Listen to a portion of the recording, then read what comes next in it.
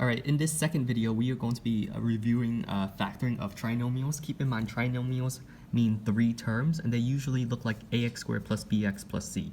And they usually have to be in that format before you can even factor, okay? So the way that I look at factoring is that whenever you have to factor a trinomial like this, I immediately put an s for sum and a p for product, okay? So I like to call it the S and P method, right? S obviously stands for sum, and then P stands for product, okay?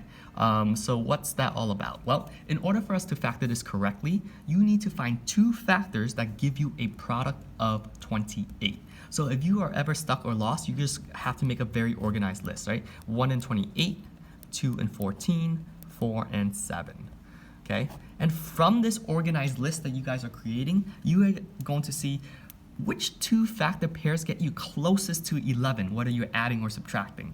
And in this case, you know, it's gotta be 4 and 7, okay? Because we know that 4 plus 7 gets you 11. So these have to be the factor pairs, and here's how you split them up. You put down parentheses, parentheses, you do put down the x, and then here you're going to put a 4 and a 7, and the last thing that you guys are going to do is just verify the signs, right? 4 has to be positive and 7 has to be positive to give you a positive 28, and positive 4 and positive 7 adds up to give you positive 11x. So this is the way that you would factor this.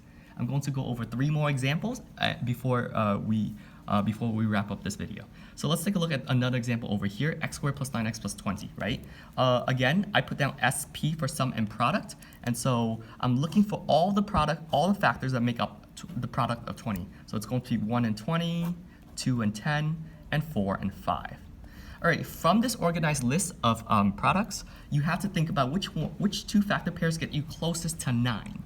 And in this case, it's very obvious, it's gotta be 4 and 5. So I'm gonna drop those two parentheses, put down x, and then I'm going to put 4 and 5, okay? In terms of the sign, it's easy because they're both positive, so it has to be positive 4, positive 5.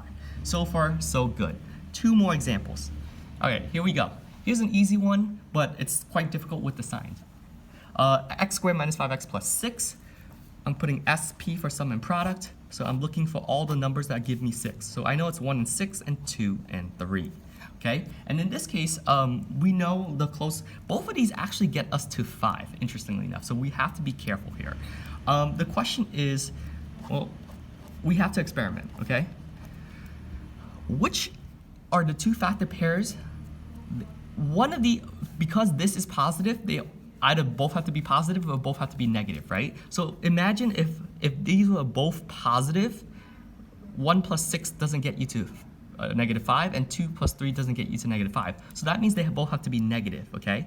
Now, if they were both negative, which one of these gets you to negative 5? It would be this in this case. So let's put actually x minus 2, x minus 3. And let's double check. Negative 2 times negative 3 gets you positive 6. Negative 2 plus negative 3 gets you negative 5. So this is the correct factoring for this example. Here's the last piece right here.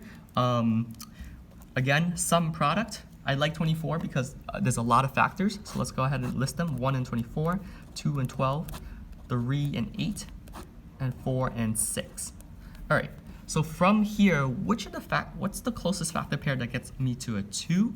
It's gotta be 4 and 6, so I'm going to drop the parentheses, the x, and I could put, it doesn't matter the order, 4 and 6.